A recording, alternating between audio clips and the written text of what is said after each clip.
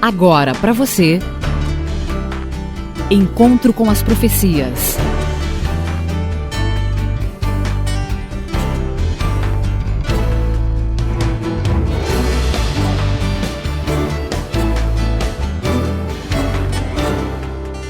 Encontro com as Profecias. A apresentação: Hamilton Menezes. Nesses últimos programas, estamos estudando uma série de profecias de Ezequiel sobre os povos vizinhos de Israel. Essas nações viveram como quiseram viver, agiram como bem entenderam, e em nenhum momento se preocuparam em descobrir qual era a vontade do Deus Criador do céu e da terra para eles. Deus também tinha uma conta a acertar com essas nações. A profecia que estudaremos hoje tem a ver com a nação edomita, ou Edom. Antes de estudarmos a profecia, vamos conhecer um pouco este povo. Quais eram os seus costumes? Onde estavam localizados? Qual era o parentesco com Israel? Todos os que estudam a Bíblia sabem que o povo de Israel é descendente de Jacó. Já os edomitas são descendentes de Esaú, irmão gêmeo de Jacó. Qual é a origem da palavra edomita?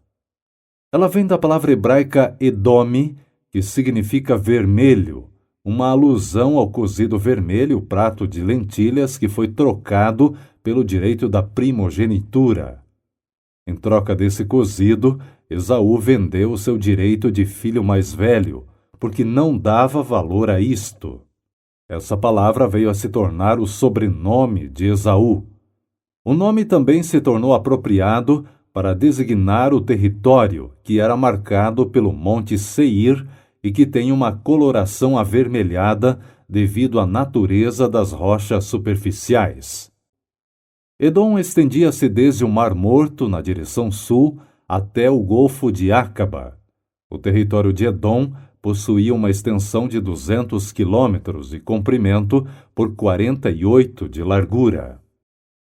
O que a profecia dizia a respeito deste povo? Ezequiel 25, 12 e 13. Assim diz o Senhor Deus: visto que Edom se houve vingativamente para com a casa de Judá e se fez culpadíssimo quando se vingou deles, assim diz o Senhor Deus: estenderei a minha mão contra Edom, arrancarei dele homens e animais, torná-lo-ei em deserto, desde Temã até Dedã cairão a espada.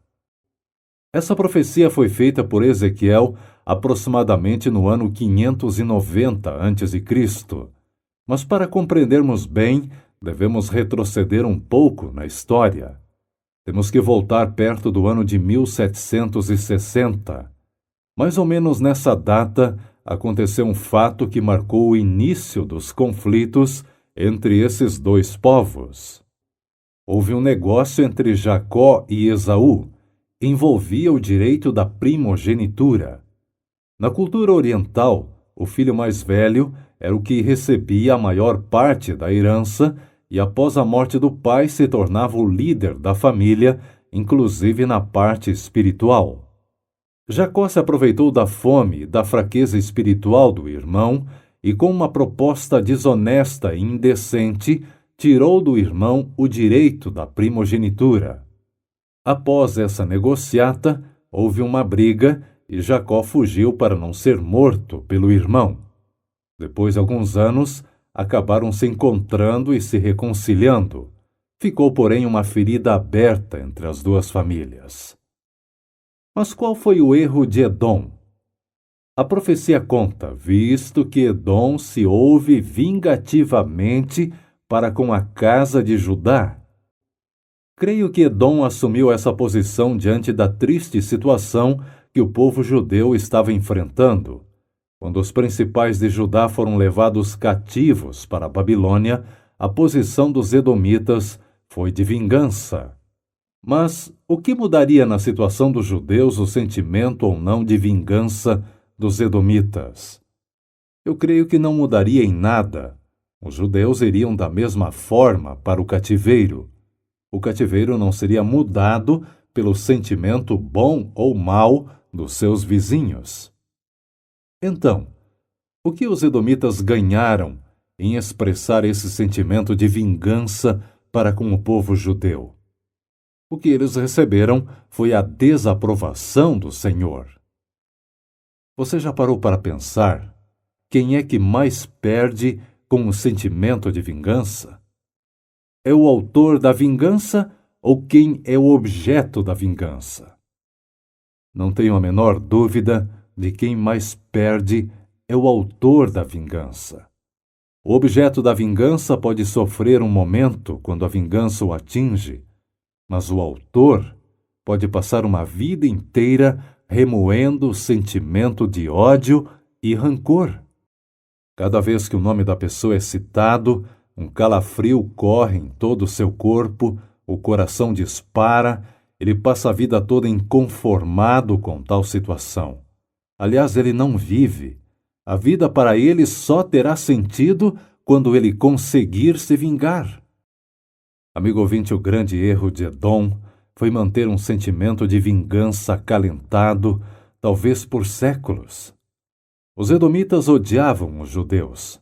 O ódio e a vingança são sentimentos que fazem parte do caráter de Satanás, mas nunca deverão fazer parte do caráter de um cristão. Portanto, se você se diz cristão e abriga em seu coração o sentimento de ódio, de vingança, você precisa repensar sua vida e o conceito de cristandade. Jesus Cristo não agia assim. Talvez você argumente, mas Hamilton, aquela pessoa errou comigo, me feriu, me humilhou, eu não posso perdoá-la. Você pode até ter razão. A outra parte está errada, mas isto não lhe confere o direito de odiá-la e de viver planejando um meio de se vingar. Este sentimento é próprio de Satanás e não de Cristo. Pense nisso e creia no Senhor Deus para estar seguro. Creia nos profetas dele e você prosperará. Deus nos deixou a revelação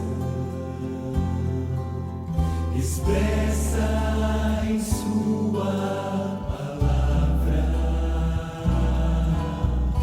a todo humilde de coração que busca a direção divina. É o alimento espiritual, fonte de verdade eterna, tesouro do pensamento, esperança de eterna vida. Faça da Bíblia o seu guia e encontrará a libertação. Faça da Bíblia o seu guia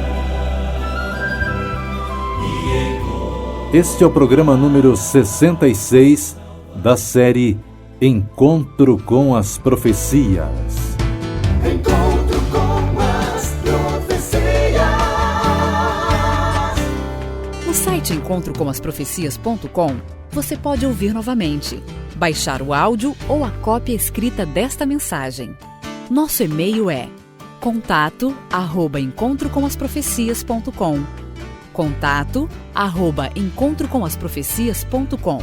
Se preferir enviar uma carta, escreva para Encontro com as Profecias, Caixa Postal 7, Jacareí, São Paulo, CEP 12.300-970.